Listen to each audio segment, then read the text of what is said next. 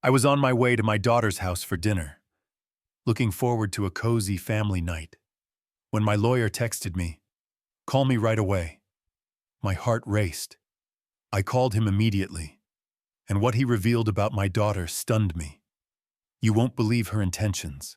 Before we go on, please subscribe to the channel and comment below with the current time where you are. My hands were firm on the quarterly reports when my phone vibrated. The screen showed David's name. "Call me now. Crisis involving Anna." "Sir." The pen fell from my grasp. After 25 years of developing Carter innovations, I'd never seen David Klein use the word crisis for family matters. I called before the screen dimmed. "Bill." His tone was firm and unyielding. "I must alert you. Anna has initiated a lawsuit. She aims to have you deemed unfit to lead Carter Innovations." The news struck like a cold wave. "What do you mean that's ridiculous? She's my daughter. She has assembled a coalition of investors. They argue you've dulled your sharpness from emotional turmoil." I sank into my chair, gazing through the expansive windows. Chicago's skyline faded into a blur, the same vista I'd observed for decades while creating this firm for her. "How long do we have court date in 2 weeks? We must move quickly." My throat tightened. 2 weeks, Bill. She's been organizing this for months. The paperwork is thorough. Fiscal logs indicating alleged impulsive choices. Statements from executive sessions. I rose, walking back and forth from my desk to the window. Rain traced paths on the panes like unshed sorrow. What statements, allegations of heated reactions, dubious tactical moves. They're depicting you as someone slipping from command. That's nonsense. Yet as I spoke, uncertainty seeped in. Had I displayed excessive zeal in recent discussions, protected traditional approaches too intensely? I recognize that. But they possessed documents. Bill. Plenty of them. The space felt confined all at once. The accolades on the walls, images from launch events, all irrelevant if my own daughter could strip them away. Who else is aware the petition is confidential for the moment? But the investors she's enlisted: Robert Dalton, Susan Vargas, 4 others. They're convening tomorrow. I clutched the phone harder. She lured them with pledges of greater returns under fresh direction. Her direction. The disloyalty wounded more than any professional setback I'd endured. Anna, my talented, driven daughter, the one I'd prepared to succeed me someday. But not this way. Never this way. "What do you require from me, all of it? Fiscal records, health papers confirming your capability, supportive testimonies. We're constructing a rebuttal from nothing in 14 days. I shut my eyes. 72 hours earlier, I'd been considering her elevation to CEO in the coming months. Now, she sought to ruin me. "Bill, you still there? I'm here." My voice felt alien. "Arrange any sessions necessary. I'll free up my schedule." Wise choice. And Bill, avoid facing her for now. We need to grasp their plan first. After ending the call, I remained in the deepening shadows. Chicago's lights sparkled beneath, but the comfort had vanished from the space, from my existence. I collected my items automatically. Jacket, portfolio, keys. The identical pattern I'd maintained for 25 years. But a single call had altered it all. The lift dropped quietly, 40 stories downward. My steps were shaky in the underground lot. I lingered in my vehicle for 15 minutes, palms on the wheel, attempting to comprehend. Anna was hosting family supper this evening, our regular custom. Should I attend and feign ignorance, the idea of facing her, exchanging casual words while she schemed my downfall? But perhaps I had to observe her demeanor, examine her looks, grasp who my daughter had turned into. I ignited the motor and merged into Chicago's dusk traffic, directing toward Naperville, toward revelations I wasn't certain I desired. Anna's entrance swung open before I could rap. She appeared in her beige pullover, grin precisely measured. Dad, punctual as ever. Her embrace seemed practiced. Enter. It's chilly outside. I scanned her features for flaws in the facade. Detected none. Lily's been inquiring about Grandpa constantly today. Anna guided me through the entryway. She created another artwork for you. The residence scented of baked poultry and deceit. I trailed her into the spacious kitchen, where Ethan arranged the settings. He glanced up with anxious vigor. Bill, great to see you. His grip extended overly. May I offer you a beverage, wine, or stiffer wine works? I observed Anna navigate the kitchen. Proficient, composed, mirroring her approach in leadership gatherings. Lily dashed in, clad in color-smeared dungarees.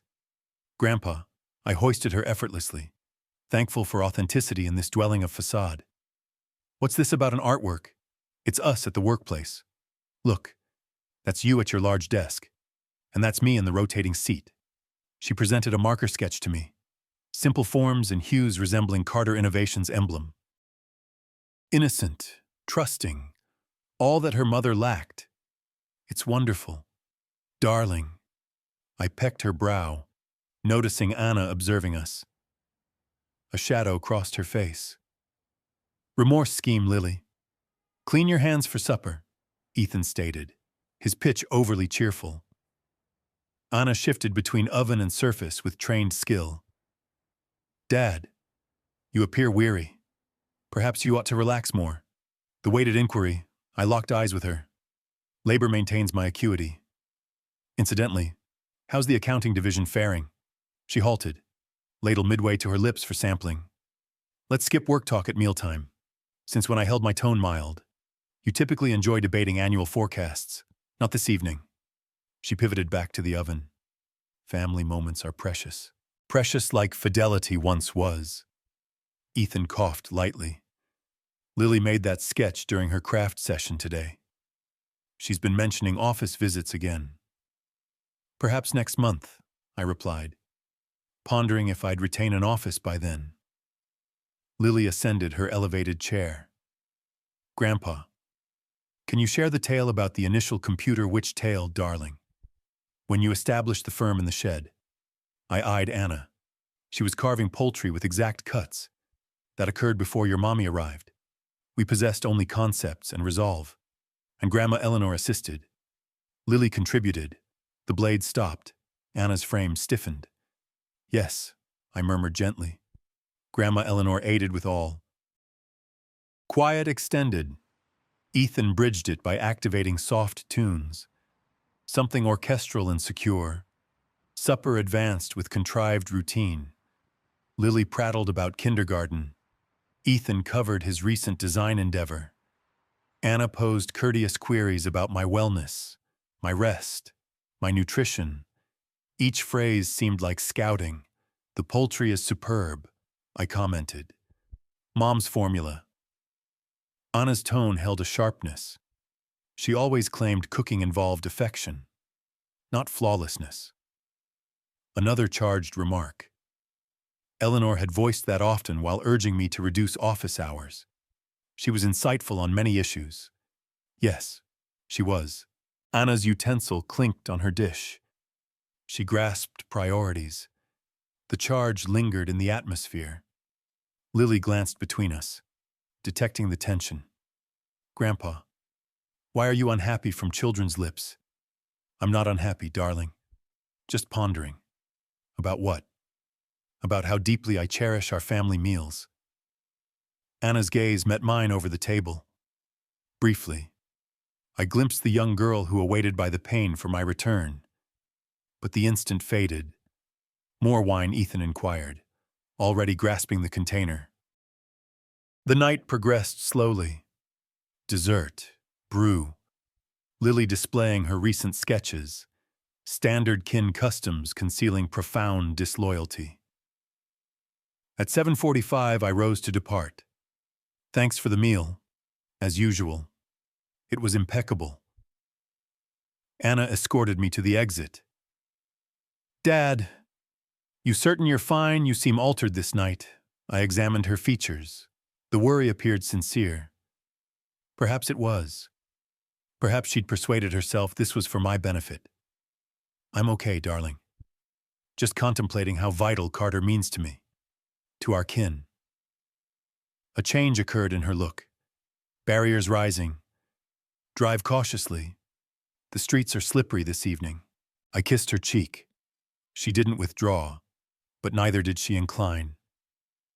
Good night, Anna. Good night, Dad. The portal shut behind me softly. I lingered on her front stairs, precipitation resuming. Through the glass, I viewed her tidying plates, shifting methodically, orchestrating my ruin. I stopped overlooking Lake Michigan, urban glows mirroring on the dark waves. My palms trembled as I redialed David. Bill. How was supper like a show? She excels at feigning care while betraying. Rain pattered on the glass. Detail it all. She's been readying for 5 months. She holds logs of your heated moments in sessions. What heated moments I've always restrained myself. The Benson merger session when you dismissed their undervalued bid. Evidently, you elevated your voice. She noted it as unreasonable rage endangering firm ties. I recalled that session. I'd been enthusiastic, not furious. There's a distinction. What more monetary choices? She's tagged as feeling over tactics. The Benevolence Alliance with Eleanor's organization. The Staff Loyalty Initiative. Matters that expend funds but aren't purely lucrative. My voice constricted. Those were sound choices. I know. But she's portraying them as sentimental selections instead of commercial reason. I activated the motor, needing motion. What's her schedule session next Thursday? If she prevails, she gains interim oversight while you face mental assessment. And if I decline, the investors can oust you regardless. She's secured sufficient support. I navigated vacant Chicago avenues, absorbing the extent of her treachery. Not merely assaulting me, but unraveling all I'd constructed with meticulous accuracy. At residence, I ascended to my office. 25 years of recollections adorned the walls. Honors, snapshots, the remnants of a triumphant life. I unlocked my vault and extracted Eleanor's notes, those she'd penned in her last weeks when she knew her end neared. When she attempted to caution me on focuses, Anna requires your focus more than the firm does. She believes you don't cherish her. I ignored Eleanor's worries then. Anna was accomplished, self-reliant, flourishing. How could she question my affection? But question evidently had grown into something sinister.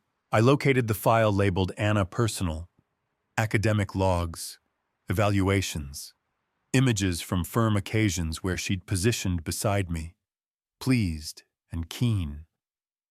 When had that pleasure soured into bitterness, my device signaled with a secure message from David. Judicial papers. Anna's official grievance thick with charges and health suggestions. Subject exhibits growing emotional instability and adherence to obsolete commercial methods. His reluctance to adopt contemporary enterprise tactics implies reduced mental adaptability, aligned with initial dementia or melancholy after marital bereavement. Melancholy after marital bereavement. They were leveraging Eleanor's passing against me, employing my mourning as proof of inadequacy. I dispensed 2 measures of whiskey and persisted reading. Personality endorsers who'd attested to my waning discernment. Economic experts who'd contend my choices were sentimentally motivated. Health specialists ready to propose I required empathetic mediation.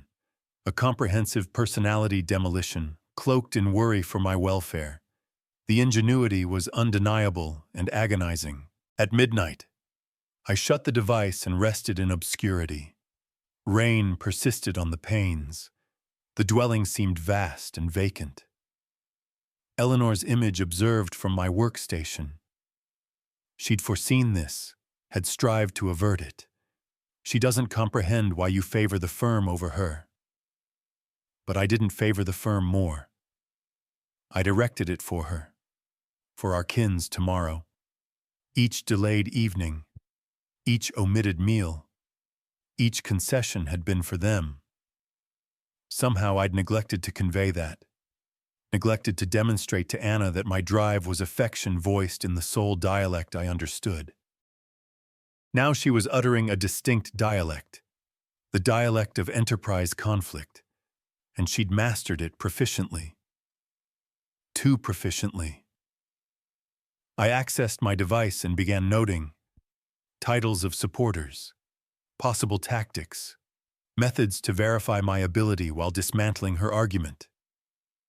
If Anna desired conflict, she'd receive it, but she'd misjudged her adversary. I hadn't erected Carter by yielding to stronger powers. I'd erected it by outsmarting them.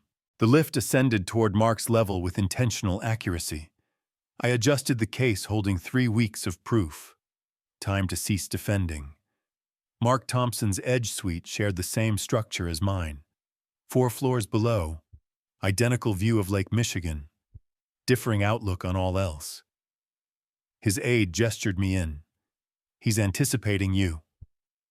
Mr. Carter. Mark glanced from annual estimates, spectacles on his nose, 55 years of camaraderie in those known green eyes. Bill. Ideal moment. I was just examining that we must discuss. I placed the case on his meeting surface with a purposeful thump. Seal the portal. My inflection prompted swift action. The portal latched. What's amiss? Anna is attempting to deem me unfit. Mark's features cycled through 4 looks in 3 seconds. Bewilderment, skepticism, anxiety. That's unthinkable. I unlatched the case. Judicial papers scattered over the refined surface like combat schemes. She submitted the claim 3 weeks past, seeking provisional authority while I endure mental review. Mark collapsed into his seat. Why not inform me earlier? I needed to fathom the breadth first. I extracted the investor breakdown. Examine this. The paper displayed our backer foundation charted like a martial operation. Blue for faithful, orange for swayed by Anna, purple for wavering. Too much orange. Dalton's fully pledged. I mentioned Susan Vargas too. 5 others. Mark inspected the titles. Bill.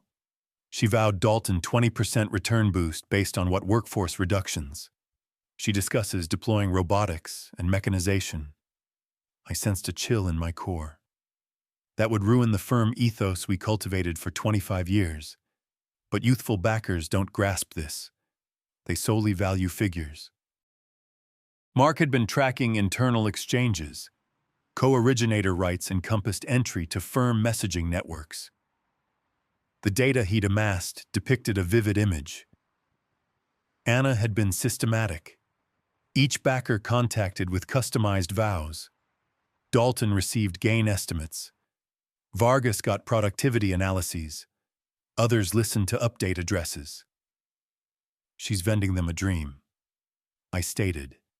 A lucrative dream. Mark accessed message sequences on his device. View these income predictions she's distributing. The figures were bold, impractical, founded on dismissing 3/4 of our veteran personnel and mechanizing client support. This isn't advancement. It's enterprise sabotage. Attempt clarifying that to backers observing innovation equities rise. I dispersed fiscal summaries over the surface. Our genuine output across 4 years. Stable expansion. Reliable gains. Content workers. We've averaged 15% yearly expansion. I noted our loyalty rate is 92%. Client contentment ratings lead the sector, but she's vowing 30% expansion via tactical overhaul. The term nauseated me.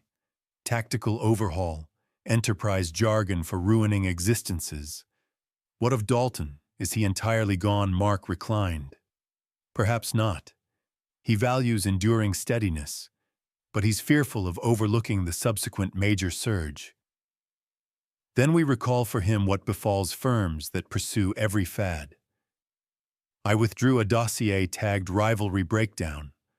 Firms that had adopted Anna's favored tactic.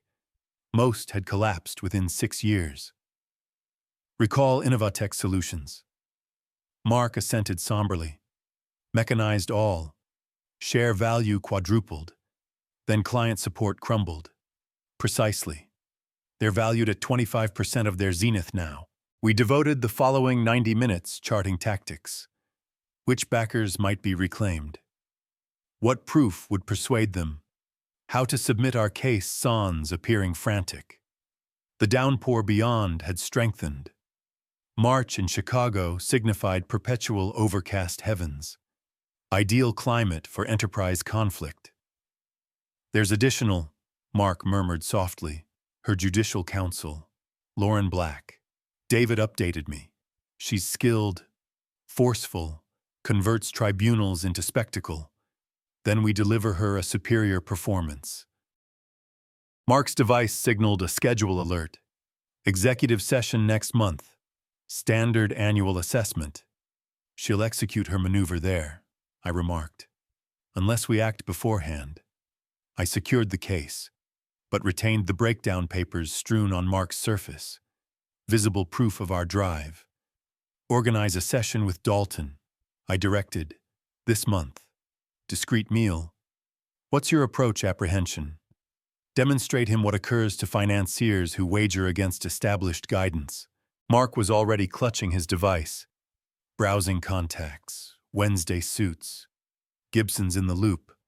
Ideal, impartial territory. The evening glow was waning beyond. In 3 hours, I'd evolved from casualty to commander. Anna desired conflict. She'd obtain it, but she'd misjudged her foe. I hadn't erected Carter Innovations by capitulating to superior powers. I'd erected it by outsmarting them. David's law suite held the 25th level of Willis Tower. All oak and bound volumes of power. I reached 12 minutes ahead, case laden with Mark's data.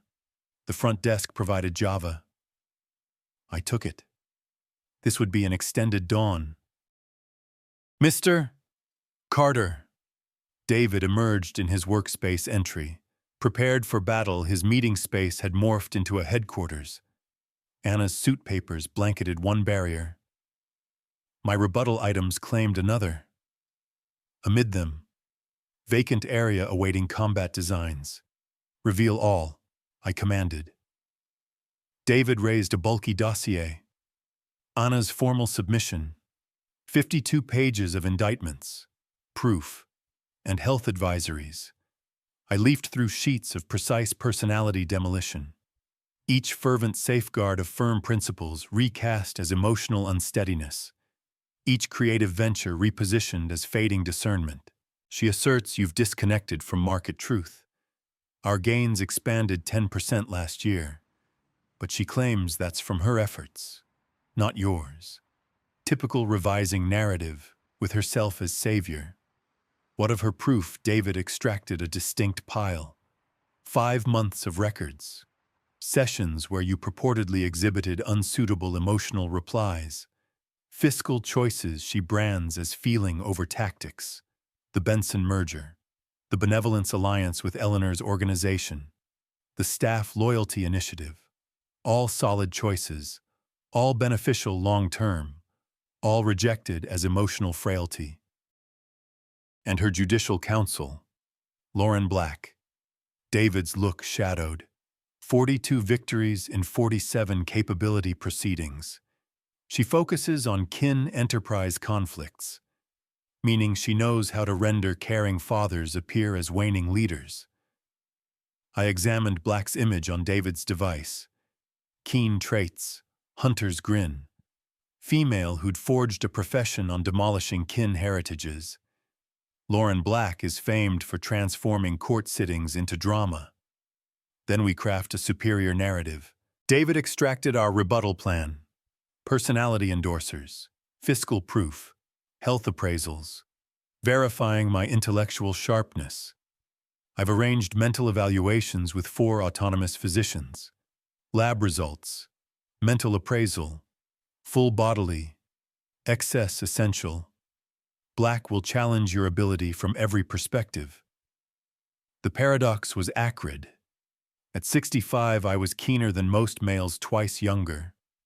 But Anna had armed my sorrow over Eleanor's demise. She's alleging postponed distress reaction, emotional decline post-marital bereavement, showing in weak commercial discernment, and heightened instability. Employing Eleanor's recollection against me, the computation was astonishing. What's our opposing tactic? David grinned initially that dawn. Convert her prime asset into liability. He dispersed our own proof. Anna's vows to backers, unreal fiscal estimates, message sequences displaying her 5-month deceit drive. We're submitting a counterclaim for what violation of trust obligation. Plot to deceive backers. Deliberate causing of emotional pain.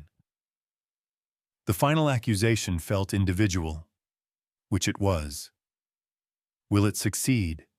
It'll compel her to safeguard her own deeds rather than merely assaulting yours. David presented an official paper, our counter lawsuit, 28 pages of judicial charges enveloped in enterprise tongue.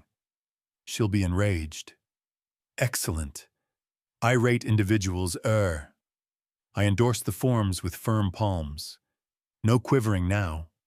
Just icy resolve. When do we submit this day? Black will possess it by 4:00 p.m. The downpour beyond had shifted to hail. March in Chicago was ever harsh. Ideal climate for judicial conflict. One additional item, David remarked. The preceding date, April 20th. 4 weeks, I computed swiftly.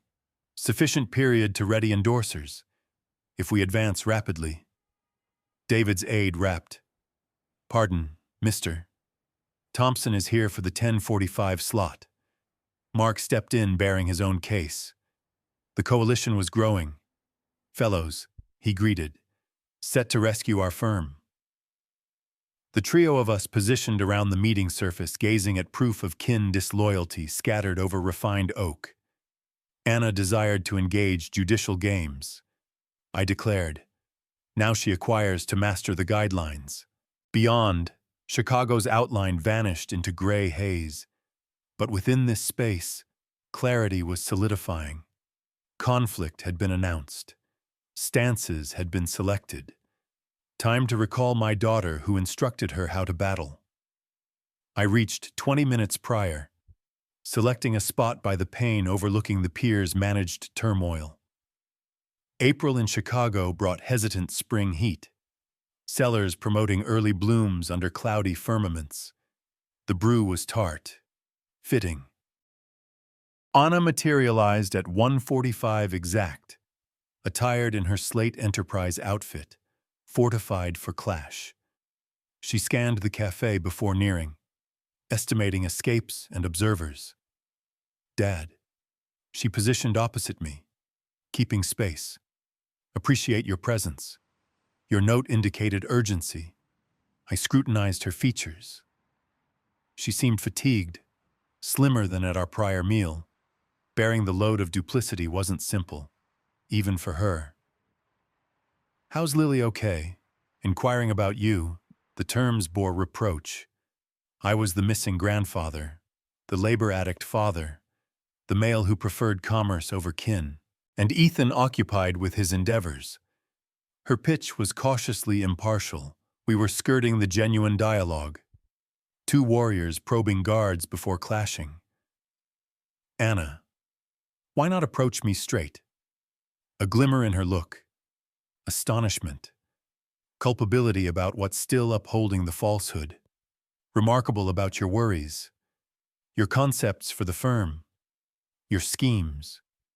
When I attempted, you were ever occupied with the firm. There it was, the core of all. I constructed this for you. Her chuckle was acrid. No, Dad. You constructed it for yourself. I was merely an extra. The charge struck like a bodily hit.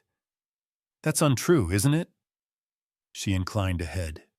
Fury piercing cautious restraint. Each kin meal disrupted by commerce calls. Each holiday abbreviated for sessions. Each school performance you skipped for executive displays. Recollections surged. Eleanor's dismayed expressions. Anna's accepting resignation when I couldn't join her university commencement. I was supplying for our kin. You were nourishing your pride. Quiet stretched amid us. Peer merchants shouted their costs beyond. Ordinary existence persisting while we analyzed 30 years of gathered pain. I wish to update the firm, but you obstruct all my efforts. I wish to safeguard what succeeds. What succeeds? Her pitch ascended mildly. Dad, we're lagging. Innovation firms are surpassing us. Our frameworks are antiquated. Our techniques are archaic.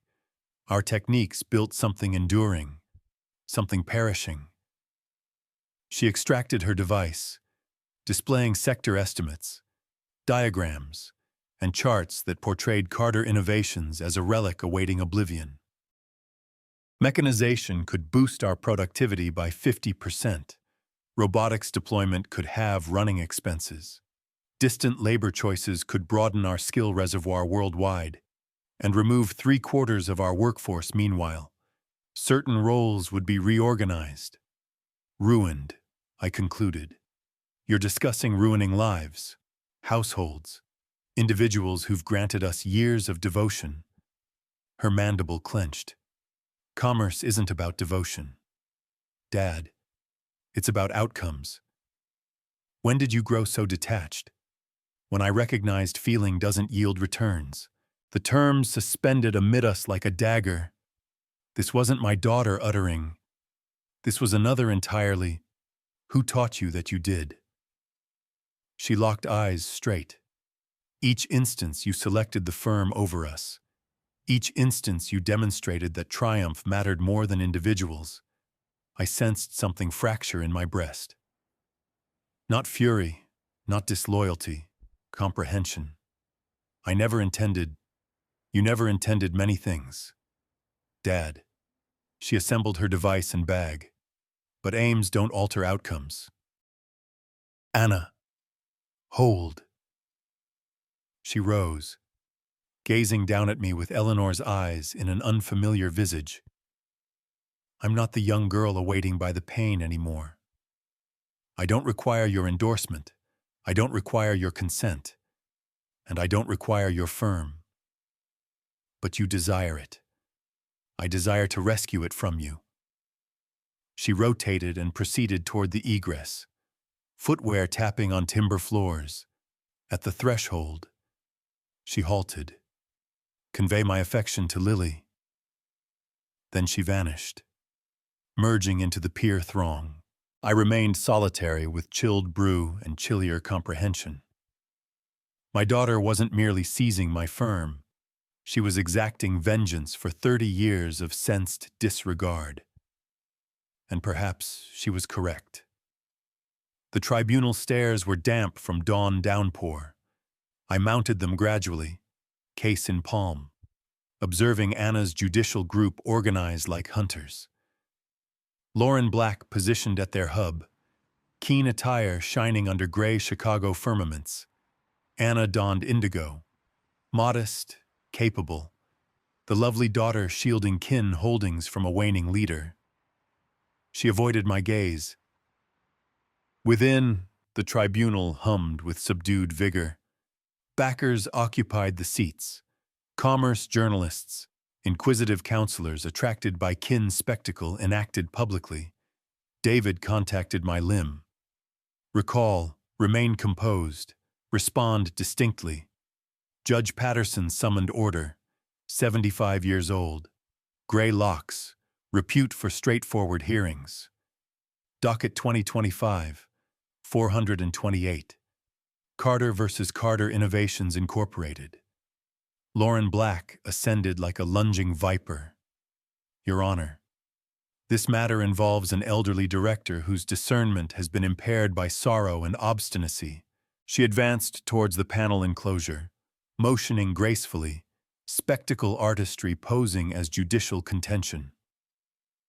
Mr. Carter has forfeited the capacity to render logical choices. His sentimental bond to obsolete commercial practices endangers backer worth and worker safety. Papers flashed on the display, monetary graphs, session records, 5 months of meticulously gathered proof. The complainant, Miss Anna Carter Thompson, pursues interim oversight to shield the firm her father erected from his own waning abilities. Black's pitch resonated through the tribunal like sweetened venom. Expert, convincing, lethal. Then Anna ascended the endorser platform. My daughter, my talented, driven daughter, affirmed under vow to demolish me. Miss Carter Thompson. Black commenced tenderly. Please depict your father's recent conduct. My father is directed by feelings, not commercial reason. Anna's pitch remained firm. He renders choices founded on personal sentiments rather than monetary info. Can you offer instances? The Benevolence Alliance with my mother's organization.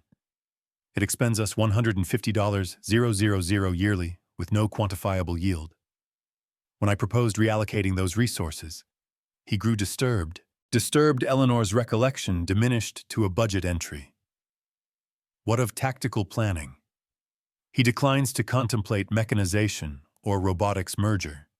Asserts it would ruin firm ethos. Meanwhile, our rivals acquire market portion via tech progress. Black assented empathetically. How has this impacted firm output? We're plateauing. Expansion has decelerated. Productivity measures trail sector norms. Falsehoods enveloped in partial verity. Our expansion was stable, viable. Our workers were devoted because we regarded them as persons, not assets. In your expert view, what does the firm require? New guidance, contemporary tactics, emphasis on gains rather than feeling. The terms struck like bodily impacts. This wasn't my daughter uttering. This was another entirely. David's interrogation was precise. Miss Carter Thompson. What was Carter Innovations' gain margin last period? 10%, and the prior period 9.5%. So under your father's allegedly unfit guidance, gains are rising. Brief swings don't signal enduring feasibility. What of worker loyalty? 92% yearly. Sector norm at, she paused, 65%. So your father sustains elevated worker contentment than sector benchmark while elevating gains. Loyalty can signify opposition to essential alteration. David grinned icily. Or outstanding guidance, Black protested. Judge upheld, but harm was inflicted. Robert Dalton attested next. Direct, gain-oriented. We need guidance that prioritizes backer worth. Miss Carter Thompson comprehends contemporary commerce truths. When the dawn meeting concluded, I felt exhausted. Observing your daughter openly analyze your ability demanded a fortitude I didn't realize I held. But David pressed my shoulder. Stage 1 finished. Tomorrow we retaliate. Beyond. Chicago's spring downpour persisted. Anna passed Sans, recognizing me, encircled by her judicial group, my young girl, who used to await by the pane for Daddy's return. Now she couldn't await my vanishing. My aide rapped gently. Mr. Carter, there's something you must view. Rachel positioned a dossier on my workstation marked Worker Exchanges Secret. Her expression was grave. Anna's been conducting private gatherings, vowing wage hikes that would insolvent us. I unlatched the dossier, gathering records, message threads, 7 weeks of covert vows to vital workers, 25% wage hikes across development, 35% for section leaders, equity choices that weren't real. Where did you acquire this folks converse, Mr. Carter? Particularly when vows sound overly ideal, Mark Thompson reached as I perused the gravest. His look matched Rachel's. "We have an issue. Bill." He placed his own case on the meeting surface. "Anna is contacting fresh backers, retirement funds, finance clusters, portraying you as a barrier to massive expansion." Mark extracted printed messages. "Anna vows workers 25% wage hikes based on what illusion? She's informing them mechanization will slash expenses so drastically that huge raises are unavoidable." The calculations were unfeasible. Even complete mechanization wouldn't produce adequate savings for her vowed hikes. She's perpetrating deceit. Improves. Mark activated his portable. "I've been overseeing internal exchanges. Discovered something intriguing about her counselor." Lauren Black's visage emerged on display. Expert photo linked to a press piece. Black was penalized by the bar group 3 years past. Induced false testimony in a comparable matter. Briefly barred from practice. My device rang. David's digits. "Bill, I possess proof that Lauren Black breached moral criteria." "What sort of proof?" She directed Anna's attestation. Instructed her precisely what to utter. How to word charges. That's endorser interference. The elements were aligning. Anna's refined display hadn't been innate assurance. It had been scripted. More crucially, David proceeded. "I uncovered monetary anomalies in Anna's ledger handling." "What anomalies?" "Anna shifted resources between ledgers sans your approval. 4 distinct times. Total sum $962,000. The figure struck like frozen liquid. For what judicial charges, advisor disbursements, drive costs for her seizure attempt. I eyed Mark. His look affirmed he was hearing this, too. That's misappropriation. Formally, it's unsanctioned utilization of enterprise resources. But yes, it's unlawful conduct. Mark inclined ahead. This could shift the matter course. More than shift it. This could ruin her. The paradox was acrid. My daughter had sought to verify my inadequacy by exhibiting her own felonious folly. I advanced to the pain, gazing at Chicago's outline, the metropolis where I'd erected all, where Eleanor had existed and passed, where our kin had expanded and splintered. "David, how do we submit this cautiously? We don't wish to appear retaliatory, just skilled. And Black's moral breaches. I'll submit a grievance with the bar group.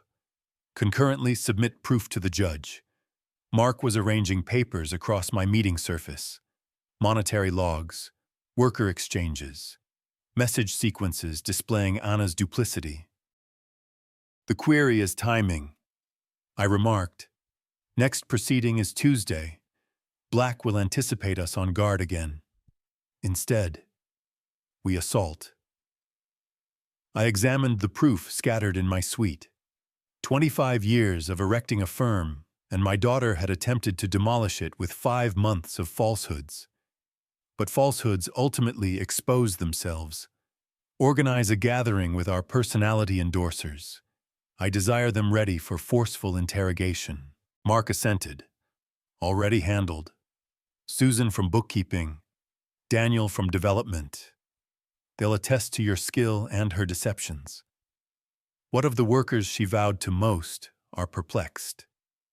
They relied on her, but the figures don't align. The delayed afternoon sun angled through my suite panes. Chicago in May could be lovely when the downpour ceased. "I'll depart early," I declared. "Scheme our submission this evening." Mark assembled his papers. "We've got sufficient weaponry to submerge a cruiser. Let's hope we can direct it precisely." After they departed, I remained solitary in my suite. The quiet felt altered now, not vacant, concentrated. Tomorrow we'd recall everyone who erected Carter Innovations, and why it merited superior to my daughter's frantic drives. The tribunal felt altered this occasion. Strain crackled like power as all sides gathered. Anna positioned with Black, assured from their prior display. They hadn't foreseen what approached. Judge Patterson summoned order. "Mr. Klein, you may submit extra proof." David ascended gradually, intentionally, a hunter who'd located injured quarry. "Your Honor, the complainant executed unsanctioned monetary operations." Black leaped up. "Protest. This exceeds the range." "Denied." "Proceed, Mr. Klein." David neared the proof surface like a physician choosing tools. During revelation, we discovered 4 unsanctioned shifts from enterprise ledgers, total sum $962,000. The figure reverberated through the tribunal. Anna's features blanched. These resources were utilized to fund Mr. Carter Thompson's judicial drive against her father, Son's executive sanction. Son's records. Son's permission. David projected ledger summaries onto the tribunal display. Dates, sums, recipient ledgers. This amounts to misappropriation of enterprise resources. Black was floundering. "Your Honor, these charges are frantic efforts at defamation." Frantic David grinned icily. "These are ledger logs. Arithmetic doesn't deceive." He pivoted toward Anna. She appeared diminished somehow. The assured director supplanted by an ensnared female observing her realm crumble. "Moreover, we possess proof of endorser interference." Black's poise fractured totally. "That's absurd." Miss Black directed her client's attestation, supplied particular terms, emotional signals, tactical responses. "We possess tapes." Judge Patterson inclined ahead. "Tapes. Suite security lenses with sound capacity." Miss Black's directing meetings were accidentally taped during structure security checks. The judge's look darkened. "I desire those tapes examined promptly." When my opportunity arrived to attest, I felt composed, centered, prepared. "Mr. Carter," David commenced officially. "How long have you directed Carter Innovations?" 25 years. I originated the firm in 1998 with $75,000 loaned against my residence. Present yearly income, $312 million.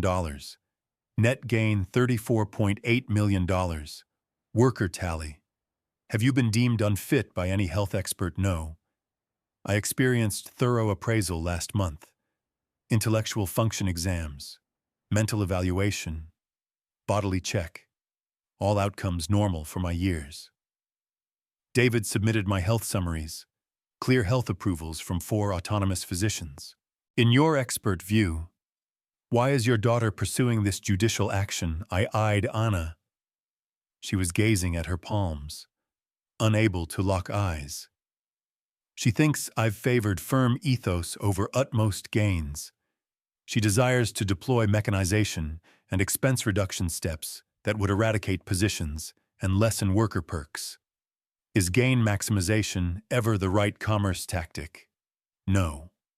Viable expansion demands equilibrating profitability with worker contentment, client devotion, and community duty. How has this philosophy influenced firm output?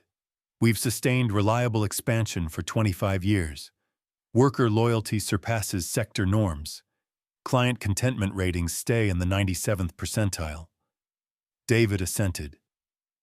I've directed this firm for 25 years and know every figure, every worker, every tactical choice. My daughter desires to forfeit enduring steadiness for brief gains. Black's interrogation was frantic. "Mr. Carter, isn't it verity that you've opposed updating? I've opposed careless alteration. Technology aids commerce aims, not vice versa. Your daughter asserts you're emotionally unsteady.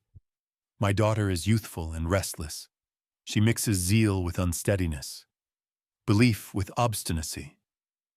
She says you render choices based on feeling. I render choices based on expertise. 25 years of erecting something enduring. Black persisted assaulting, but her darts were missing their aim. The proof was overpowering. Anna had overextended her reach dramatically.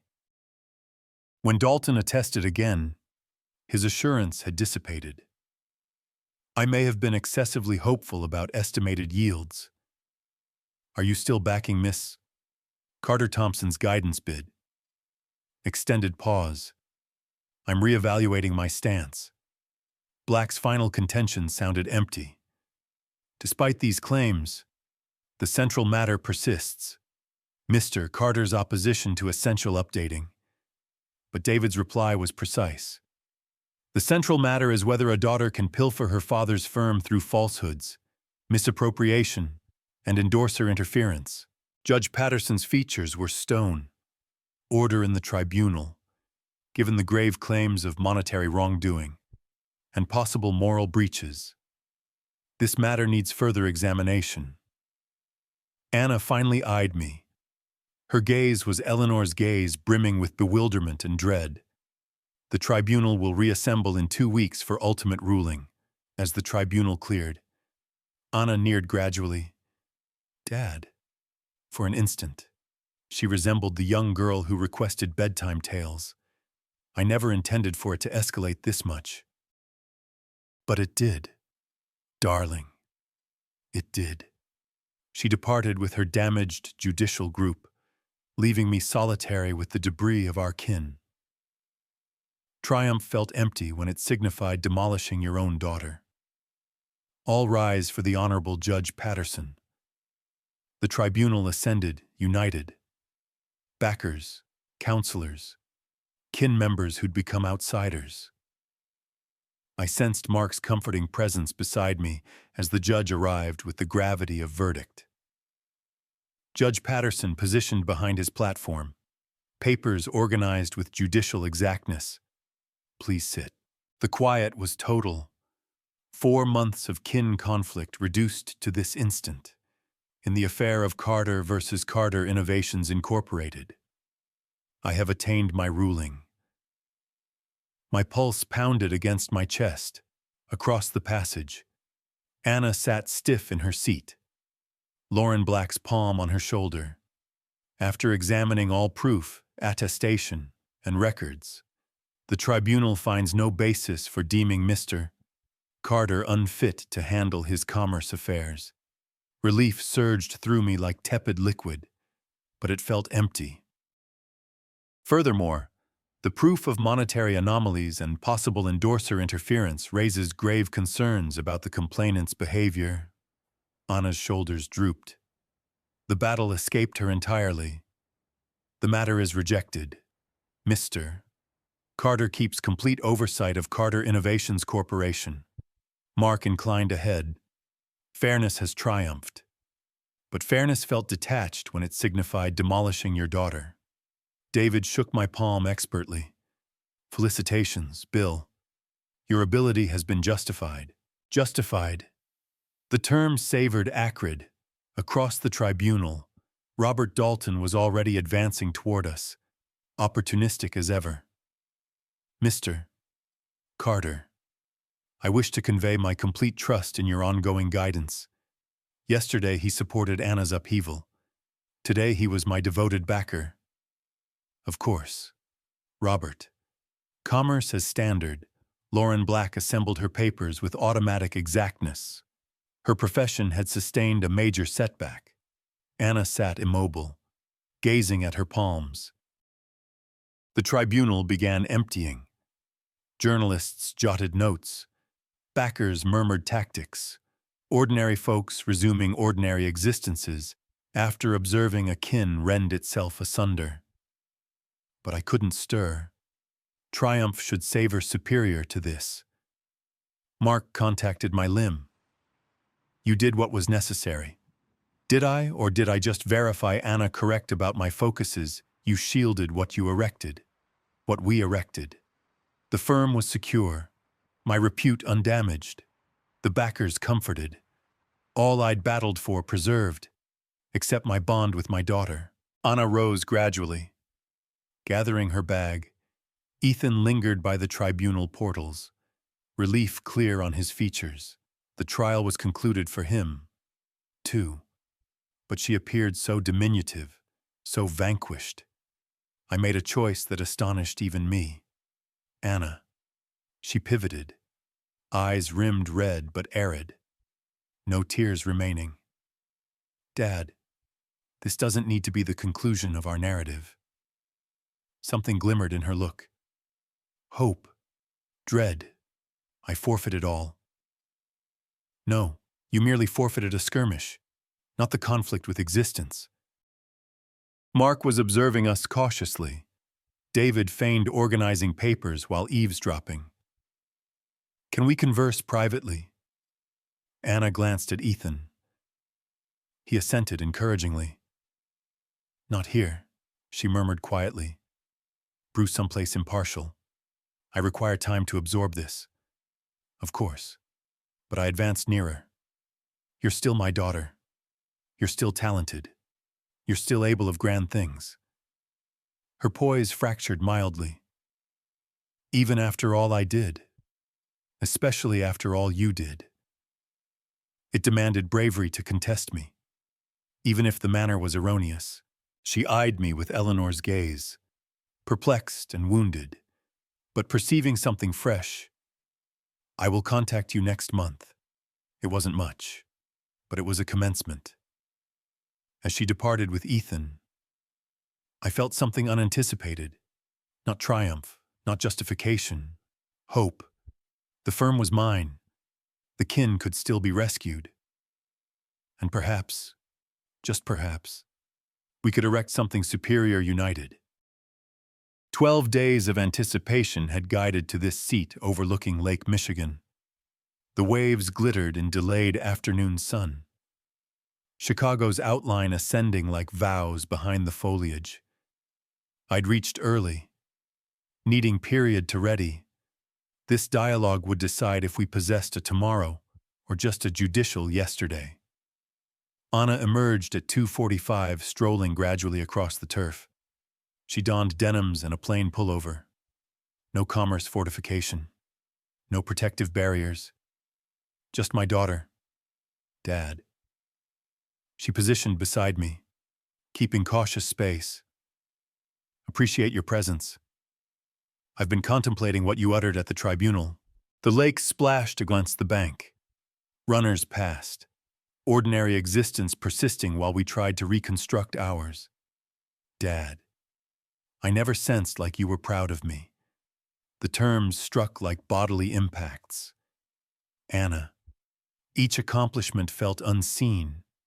Each victory appeared less vital than the next executive gathering. I pivoted to confront her completely. I was ever proud of you. I just didn't know how to display it. Mom attempted to inform you. She said I needed terms, not just chances. Eleanor's pitch echoed across 6 years. She needs your focus more than the firm does. Your mother was wiser than I credited her. I desired to verify I was deserving of your affection. My affection doesn't need verification. It's absolute. She chuckled acridly. Then why did it feel so absolute? Why did each dialogue become about labor? Why was the firm ever more vital? I gazed at the waves, observing vessels navigate toward port. How do you clarify 25 years of misguided focuses? I erected Carter for you, for our kins tomorrow. Each delayed night, each omitted meal, each concession.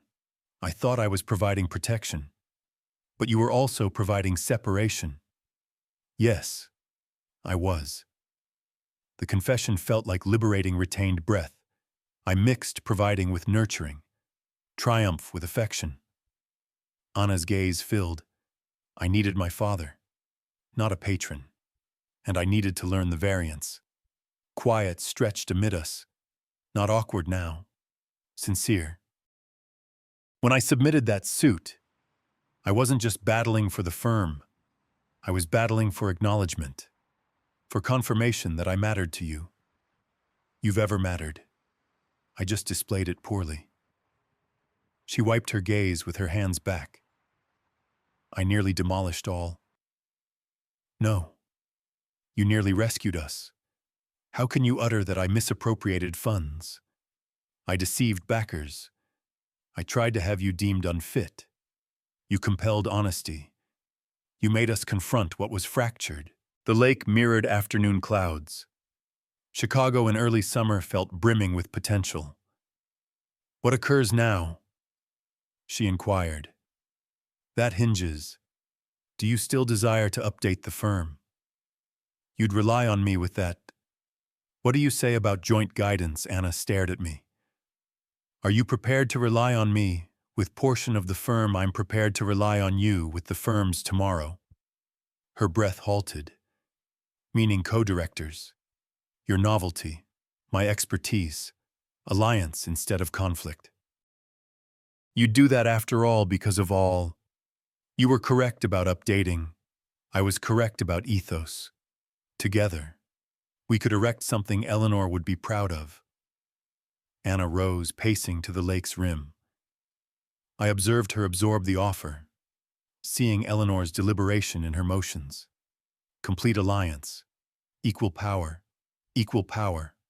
joint accountability, father-daughter, guidance duo.